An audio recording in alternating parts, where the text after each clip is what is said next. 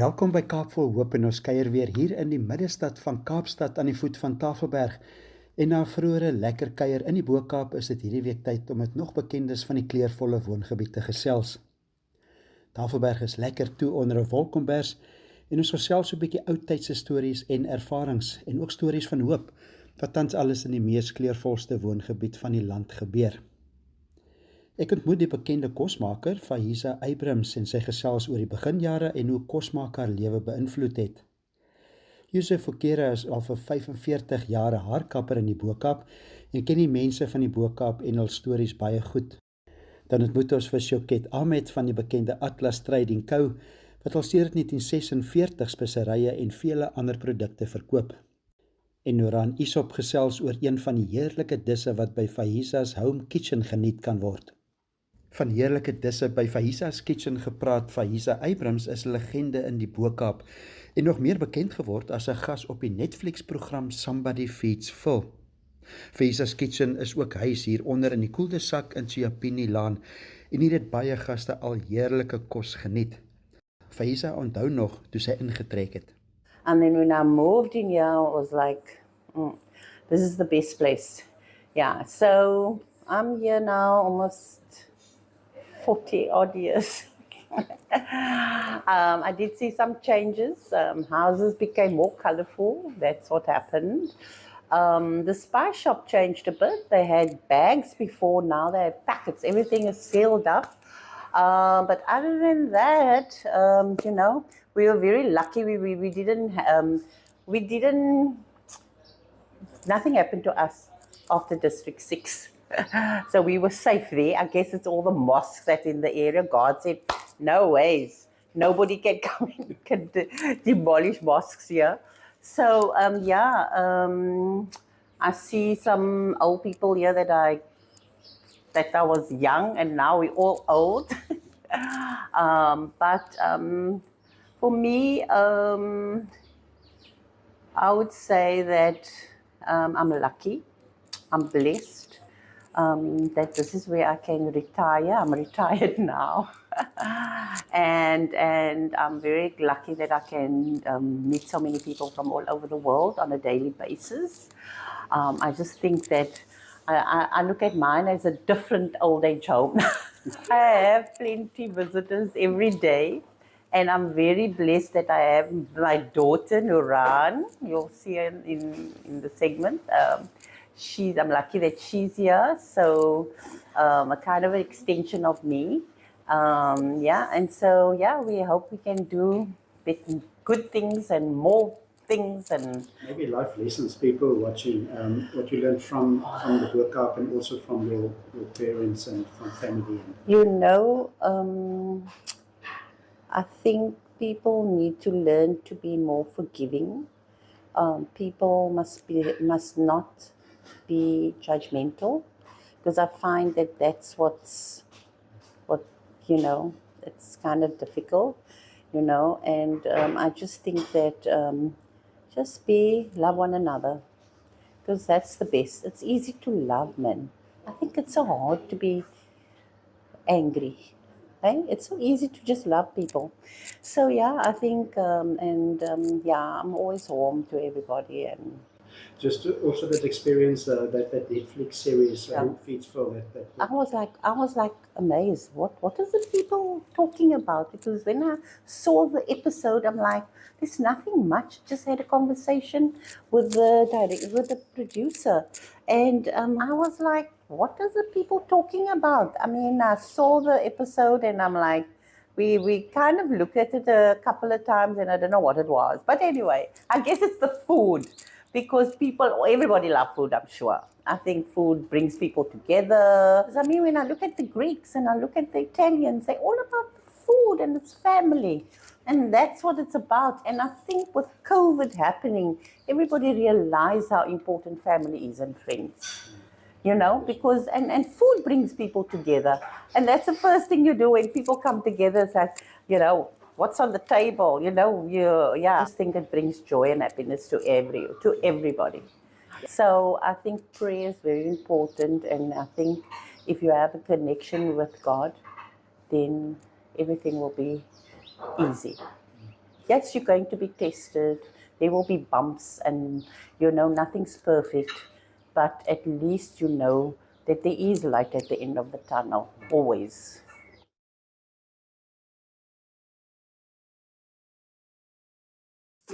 Taking care of children can be one of the busiest jobs in the world. That's why CrashGuard is here to give you a little help along the way.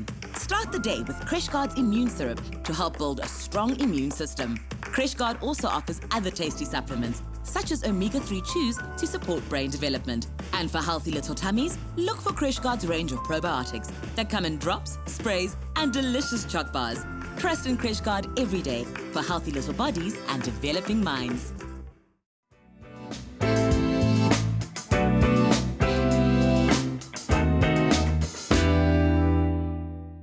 Welkom terug by Kaap vol hoop en ons kuier in die mooie GOkaap woongebied met al sy mooi kleur en kultuur. Ons maak nou 'n draai by Sleek Barbershop.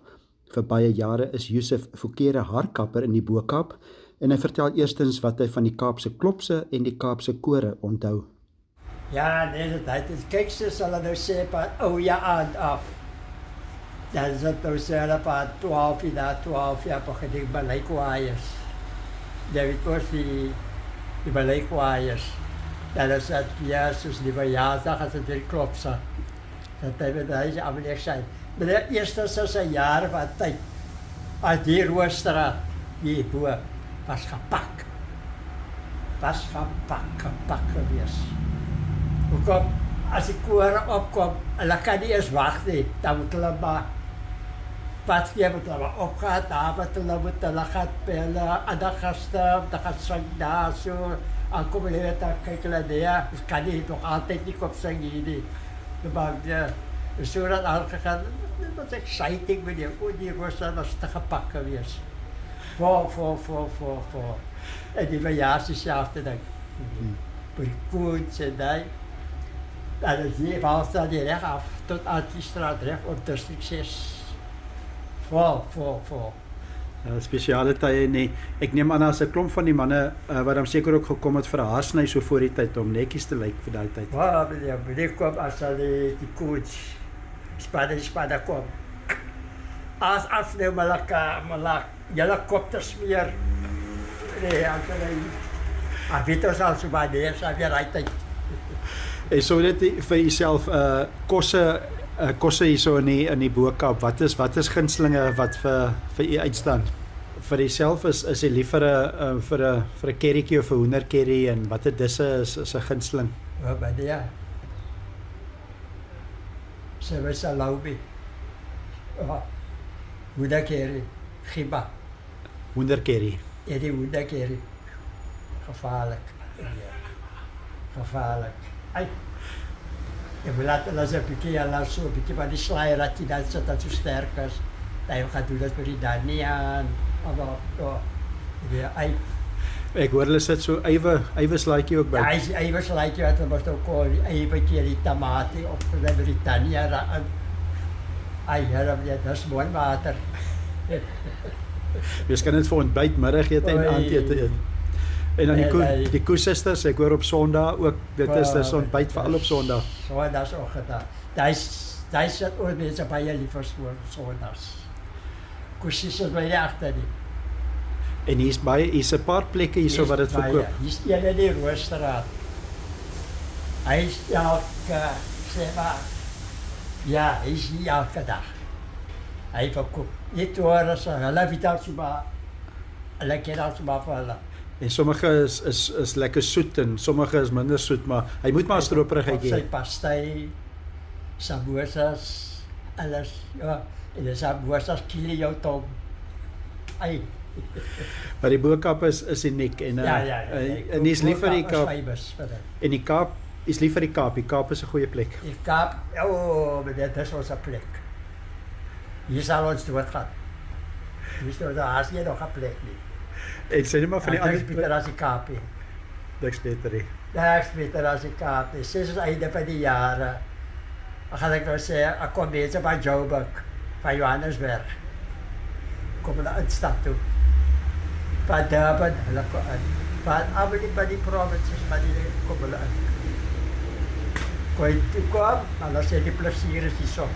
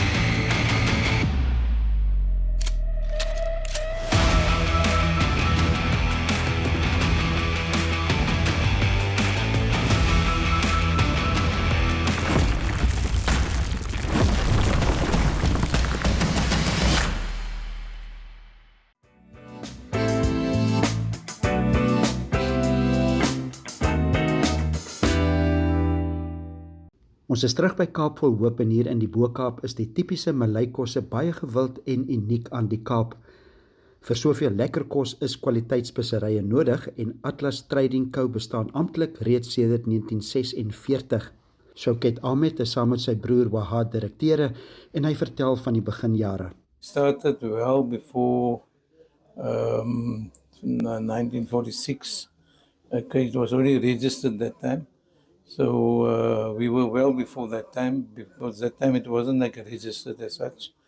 And as I said to you, that we started as, started with all the people that came from the same village, because nobody had work. So we started off like that. My father saw the potential that, we need this in our country, because there's a lot of people coming in from different, because you must remember they dropped a lot of slaves here. So from Malaysia, Batavia, Indonesia. So all these people are similar to India, similar eating habits and so on. And then we start sourcing where can we get the stuff from. And India was one of the ways. But because of apartheid, we were restricted to bring it direct to Cape Town. So we had to find a way to get it. So we had to send it to Singapore. They have to repack it there, not to say it's coming from India. Because India was one of the people that was banned of sending stuff to South Africa. And that's how we used to get our stuff in. And from there we grew, and as I said, there were two brothers, and then my father bought everybody out, and then he and his brother carried on, and the children carried on. So my father's eldest brother passed away now, and the children retired, and they decided to sell the old shop, and then we came here and we did everything over. But we did it a totally different way, because we couldn't actually keep up with the old methodology where we full up with brown bags and have to fold it in a special way. And if you didn't fold it properly, you just get a smack from the back. Then you must know that packet is going to open up. So if you fold it, it mustn't open up. That was the uniqueness of this bag. And people used to love. And you didn't have like these fancy drums and shelving. We used to take the bag, open it up and dish from there. And that was the fun of it. But everything was manually done. There was no machinery. Even those years, they used to pack sugar, salt, all of those stuff by hand. So at night, these people used to sit up whole night. There was a team that used to come, just fill up all the fast lines. Next morning, the shelvings must be full. And this is how we used to carry on. Now in the Boerkaap is such a unique tourism place as well. Do you find people from all different countries coming in here? No, we find a lot of different countries. And actually, we're fortunate that this is one of the landmarks where most of the tourists comes in. And they got a lot of tour guides that comes in here, explaining the history of the place and the spicing. And we even changed the turmeric powder. We actually use the name, like the Germans love the turmeric powder. So they call it kurkuma. So we got it on the label as kurkuma. So they used to look up and down, couldn't find it. So now they see kurkuma, they know that's the right thing. So we try to adapt and adjust to what we see is necessary. But look, we got still a lot of work to do and so on. But our spacing is becoming a bit small, but we're contented and we like to keep it as well. Growing up as well, must have been amazing learning from your grandfather and your father and learning the trade, and that's maybe testimony of the closeness of the families. If I tell you, my father went out grade 3 and he was a CEO of a wholesale company. So it wasn't the knowledge itself, it was what they've learned from parents to parents. This was grooming to the family.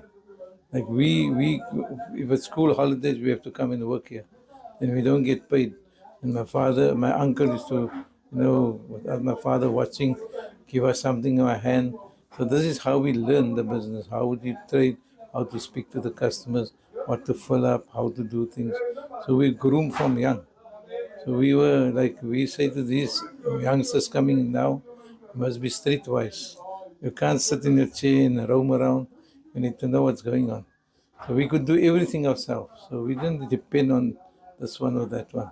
So that's where the core of the business, because the right people was in the right position and we could manage it well. But we stood our ground. And I believe, what I eat, people must eat. I don't believe in giving junk to people. I want to sleep with a peace of mind. So that's how it is. That's I think was one of the cornerstone why this business is successful. Because we never tried things which wasn't good for anybody.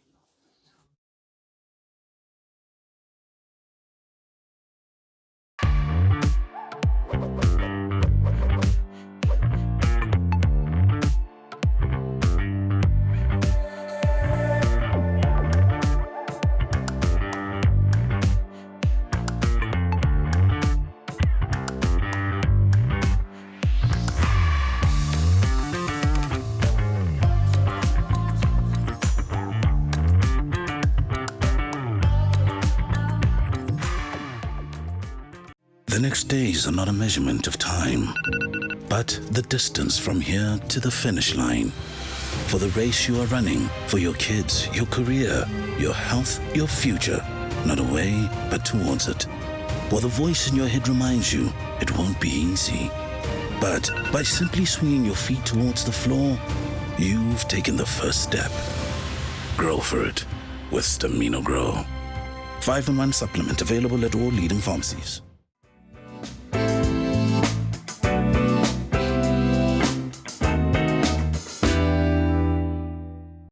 Welkom terug by Kaap vol Hoop hier by die mooie Bo-Kaap woongebied van Kaapstad.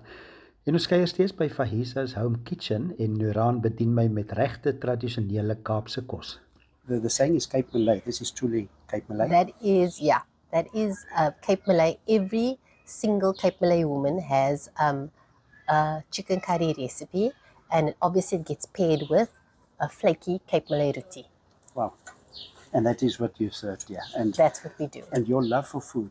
Maybe we can start there. I I'm going to think- have a taste. No problem. Eat while I'm chatting. I will tell you. So my earliest memories of food was actually my mother's mother, so my grandmother. And she was a stay-at-home mom, like most women were in those days. And she cooked my grandfather 3 meals a day. And the special thing was, on a Friday when we have Jummah, which is obviously our special day for the men and for all Muslims. So they go to mosque, and you will see on a Friday, everybody's shops will close and all the men will make themselves to the mosque. And then after mosque, my grandfather would bring about 10 or 15 people every Friday to come and eat Friday lunch. So in our culture, it's called Jummah lunch, right? So my earliest memories is being at my grandmother's house. She also lived in Kaap, just down the road here. And she'd be cooking from the morning, sole alone, making at least 2 dishes. Wow. And the men would get kool frikadel, all the Malay denning vleis, all the like breedies, beans. She made an amazing, and I think my love for beans and my mom's love for beans comes from my grandmother, because on a Saturday when the cousins came, so all my mom's siblings would come to my grandmother's on a Saturday, and she would make a massive pot of sugar bean breedy with roti or rolls and rice and sliced oranges sprinkled with the sugar. And I mean, that is just my earliest memories of food. And I think it's carried through for both my mom. I mean, look at what she's made of food. And then for myself also, like sitting down and having supper every night and sitting together as a family, that is very important to me as well. And I mean, that obviously comes from the good upbringing of our elders. Yeah. No, that's special. This is brilliant, by the way. Thank you. I'm gonna get the technique with the roti right. Yes. I suppose there's a technique. There is two. 2 techniques. There is. So what you can do is you can spread out your roti and then peel off your chicken and make yourself a salami. Okay. Yeah. So you will put the sauce and the everything inside, and the way we describe it to foreigners, it's like a burrito. Okay. Or you can eat the way we eat. You can tear off a piece and then just grab a piece and lap up the sauce and the chicken And the hand some is of the fine. slide. Yes, The hand is fine. in our culture we actually eat with the hand. Okay. So the hand is good. And you just slide in there, and there's a little some bit of sly. the sly. The sly Yeah. is Afrikaans word, so that is It's a Tomati it's and a eie. pick. It's a avasly. So we Avasly. call it avasly, and it's actually just like a nice pickle to cut through the, it's nice. The combination is. Where did this recipe come from? Is it also through the generations? It is through the generations. So, I mean, I've obviously tapered it a little bit to my liking, but every single Malay recipe is very similar. When my mom teaches you in the cooking class, you will learn how she makes it.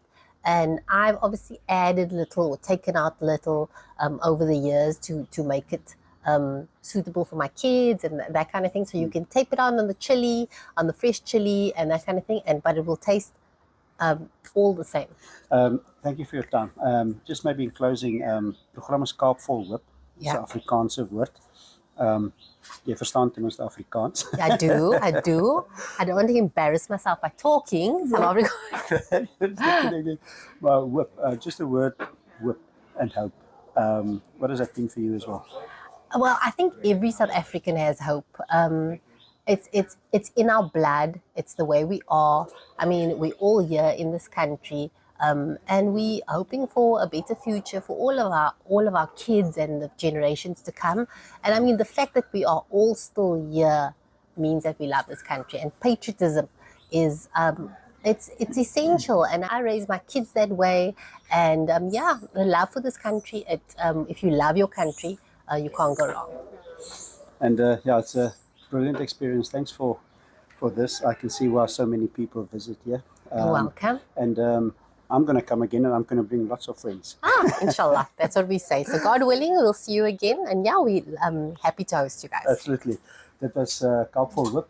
Ons het lekker gekuier hier so in die Bo-Kaap. Dis 'n briljante restaurant, briljante mense, heerlikste kos. Ons kom weer kuier en tot volgende week. Groete uit die Kaap.